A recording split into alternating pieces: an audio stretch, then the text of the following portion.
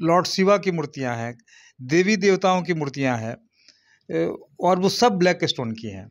यह है तो लेकिन वहाँ के लोगों ने बताया, जो कुछ बुजुर्ग थे, कि चाइनीज़ एम्बेसडर वेंसांग के समय का ये मामला है। तो हमारे मुख्यमंत्री भी उसे देखने जाएंगे उस स्थल को। हमारे मुख्यमंत्री भी उसे देखने जाएंगे उस स्थल को। नमस्कार, सत श्री अकाल, आदाब, गुड मॉर्निंग। बिहार में स्वागत है आपका। मैं आपका दोस्त ब्रजेंद्र मिश्रा। राज्य की जो धरती है, इसकी माटी हमेशा लोगों को आकर्षित करने में सफल रही है। खास करके अपने राज्य की कुछ ऐसे जो सेलेक्टेड डिस्ट्रिक्ट्स हैं, उसमें बहुत सारी ऐसी जो तत्व हैं, ऐसे तत्व हैं जिसके वजह से ही हमारे यहाँ सैलानियों का जो स्नेह है वो हमेशा से बना रहता है। आज गुड मॉर्निंग बिहार में हम आपके लिए ऐसे ही कुछ तत्व को बाहर लेकर आए हैं। हम जानेंगे कि इस माटी में, बिहार राज्य की इस धरती में क्या क्या और तथ्य छिपे हुए हैं जिसे सरकार को ऊपर लाने की आवश्यकता है, इसे संरक्षित करने की आवश्यकता है, इसे संरक्षण देने की आवश्यकता है। जी हाँ, राज्य का एक जिला है शेखपुरा, उसका एक गांव है गवई। वहां पर पिछले 700 सदी ईस्वी पूर्व जो वहां की जो तत्व थे, वहां के जो कुशल कारीगरी थी, उसके अवशेष प्राप्त हो रहे हैं। और वो अवशेष बहुतायत मात्रा में प्राप्त हो रहे हैं। इसकी पूरी कहानी, इसका आंखों देखा हाल एक समाज सेवी, जिसे सब लोग जानते हैं, आप भी जानते हैं, गुड्डू बाबा, ये अपनी आंखों से देखने गए। वहाँ देखा इन्होंने कि क्या हो रहा है, कैसे इन मूर्तियों को निकाला जा रहा है और किन किन स्थितियों में ये मूर्तियाँ जो हैं वो निकल कर कहाँ रखी हुई हैं। अगर इन्हें सही दिशा में इसका रख रखाव हो, सरकार की नज़रें इनायत हो इस पे, तो वो क्षेत्र एक पर्यटन स्थल बन सकता है और विदेशी सैलानियों का स्नेह और भी हमारे राज्य के प्रति बढ़ सकता है। आज हम जानते हैं कि वो मूर्तियाँ, जिसका वो उद्गम स्थल है शेखपुरा जिला, वो क्या है, कहाँ से कैसे क्या है, हम गुड्डू बाबा से जानते हैं। गुड मॉर्निंग बिहार में आपका स्वागत है बाबा। बिल्कुल, आपकी पूरी टीम को ये जानना था कि जो आपने विजिट किया है उन जगहों पे, शेखपुरा का वो जिला है, वहाँ से जो ये मूर्तियाँ मिली हैं, क्या है दरअसल मामला, क्या है? वो पुरातत्व विभाग का क्या नजरें उस पर नहीं गई अभी तक? मैं पिछले जाड़े के समय में दिसंबर में वहाँ गया था। देखकर आश्चर्य हुआ कि पूरे गांव में कई जगह खेतों में जो है वहाँ पर मूर्तियाँ, टूटी हुई मूर्तियाँ गड़ी हुई पाई गई हैं। वहाँ पर एक कुआं हमने देखा। ग्रामीण लोगों के सहयोग से एक मंदिर बन गया है वहाँ पर, और उस मंदिर में काले पत्थर, ब्लैक स्टोन की मूर्तियाँ, बड़ी बड़ी मूर्तियाँ। लोगों ने तो यहाँ तक बताया, मेरे पास फोटोग्राफ भी है, लॉर्ड शिवा की मूर्तियाँ हैं, देवी देवताओं की मूर्तियाँ हैं, और वो सब ब्लैक स्टोन की हैं। तो उसको देखने के बाद, और वहाँ एक कुआं भी है, कुआं को लोगों ने सुरक्षित कर दिया है, चबूतरा ऐसा बनाया है और उसके नीचे कुआं है। कुआं आज भी दिखता है। वहाँ के लोगों का कहना है कि इस कुएं में बहुत सारी मूर्तियाँ पड़ी हुई हैं। तो निश्चित तौर पे जिस तरह से आज खोज हो रहा है, भारत सरकार करवा रही है, मामला बहुत चर्चा में है, ज्ञान मापी का जो है, तो हम समझते हैं कि वो तो भी खोजबीन हो रही है, लेकिन यह आंखों के सामने दिखता हुआ सीन है।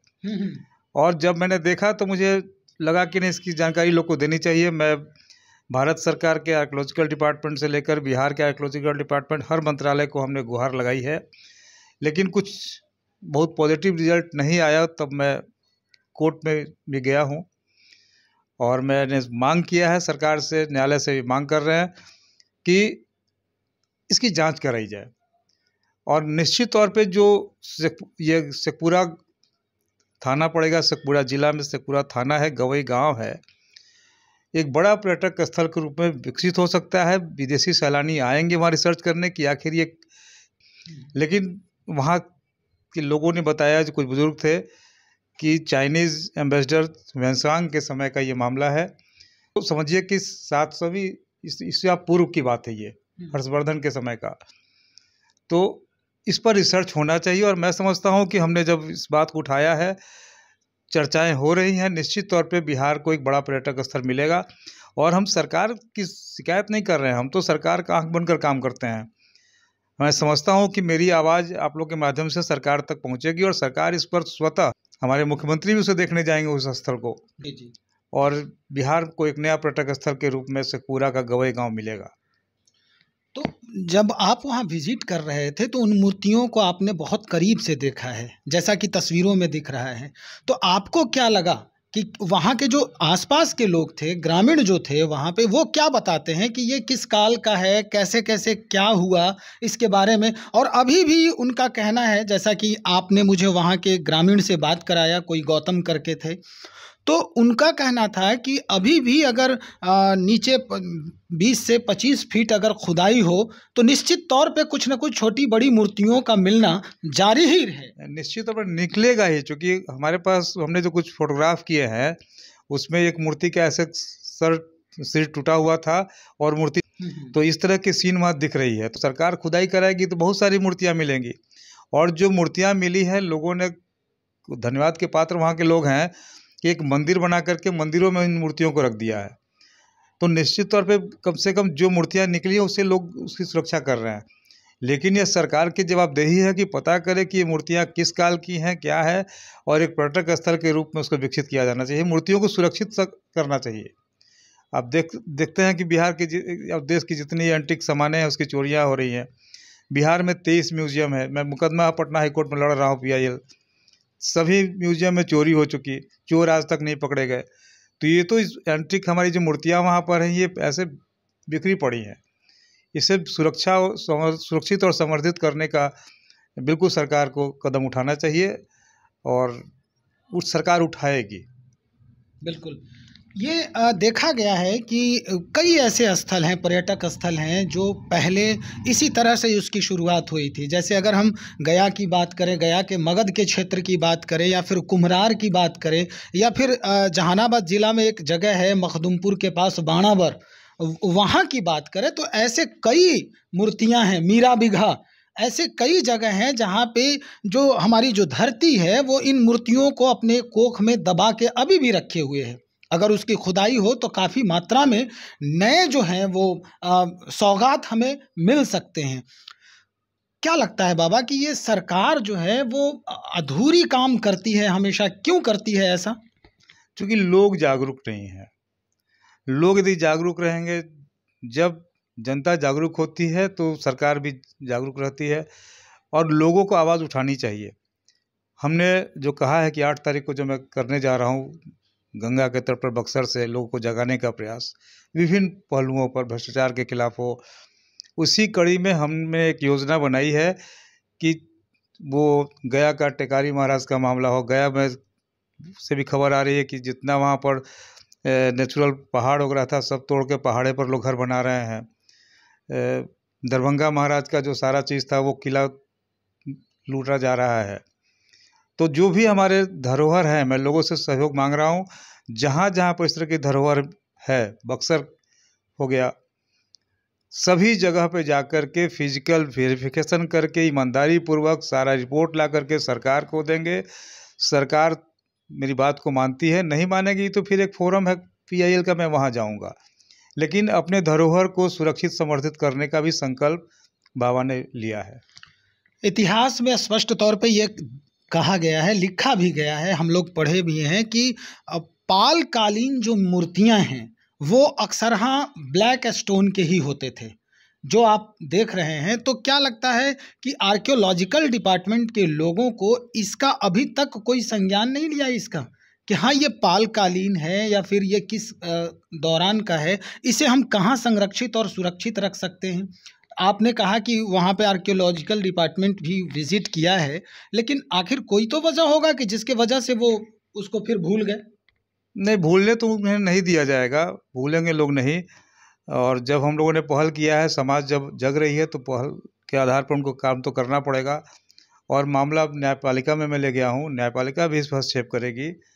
क्योंकि देखिए वो ज्ञानव्यापी का जो मामला है वो सर्वोच्च न्यायालय तक गया है, तो वहाँ तो अभी खोजबीन हो रही है और यहाँ साफ दिख रहा है। तो मैं समझता हूँ कि ये बहुत कठिन नहीं है, और हमारी सरकार जो है बहुत एक्टिव है। देख रहे हैं कि गंगा जल को जो है हरिद्वार यहाँ राजगीर गया कहाँ कहाँ पहुँचा दिया गया। तो जब इतनी बड़ी काम हो सकती है तो ये बहुत छोटा सा काम सरकार के लिए है। काफ़ी मात्रा में ये देखा जा रहा है कि बिहार में इस तरह के विकास पर्यटन पर किए जा रहे हैं। खास करके 2 दिन पहले भी हमारे राज्य के मुखिया जलप्रपात जो है हमारा ककोलत में, वहाँ भी उसका भी भ्रमण किया है इन्होंने। और एक बात और स्पष्ट हो रही है कि हमारे यहाँ फैक्ट्री नहीं है, इंडस्ट्रीज़ नहीं है। बंटवारे के दौरान जो है झारखंड में सारा चला गया हिस्सा और हम हो गए बिल्कुल निहत्थे उस हिसाब से। तो क्या लगता है कि अब हमारे पास बस यही बच गया है धरोहर, जिसके वजह से ही लोग यहाँ घूमने आए, जिसके वजह से पर्यटन का विकास हो और रेवेन्यू भी जनरेट हो।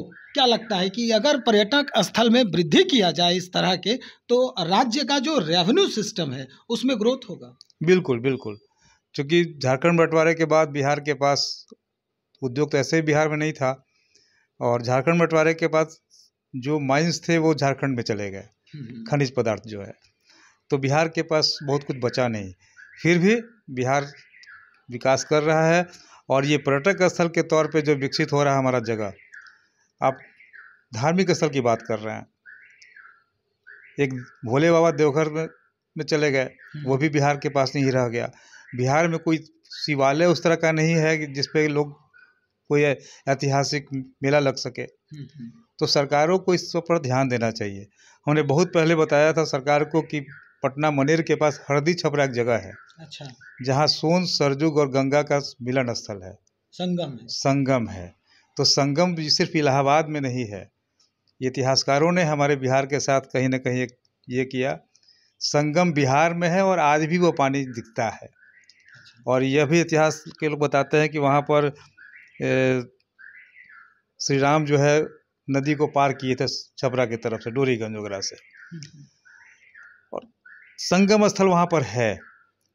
तो सरकार को वहाँ पर चाहिए, आपको जब मनेर शरीफ बगल में है वो पर्यटक स्थल के मापदंड पे आ गया है मानचित्र पर, तो संगम हरदी छपरा का भी आना चाहिए। हम इस पर विस्तृत रिपोर्ट सरकार को देंगे और फाइट करेंगे इसके लिए, बिहार के लिए। चलिए, तो बिल्कुल आप बने रहें इस वजह से।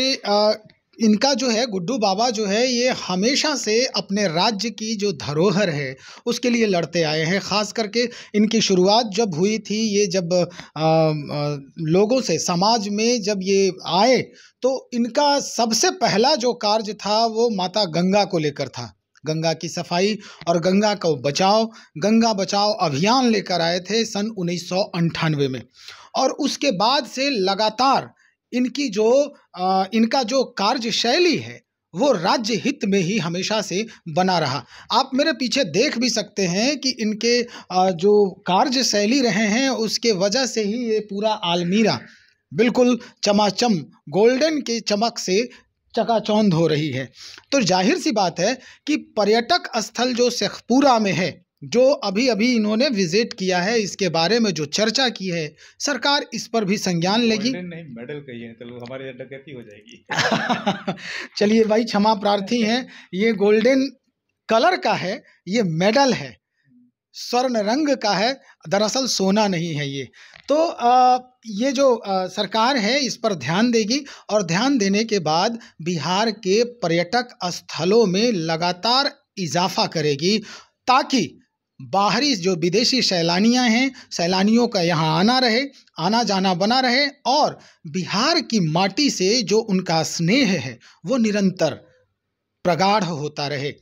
और भी खबरों के लिए हम आपके साथ हमेशा बने हैं, और जितने भी नई चीज़ें बिहार टुडे के लिए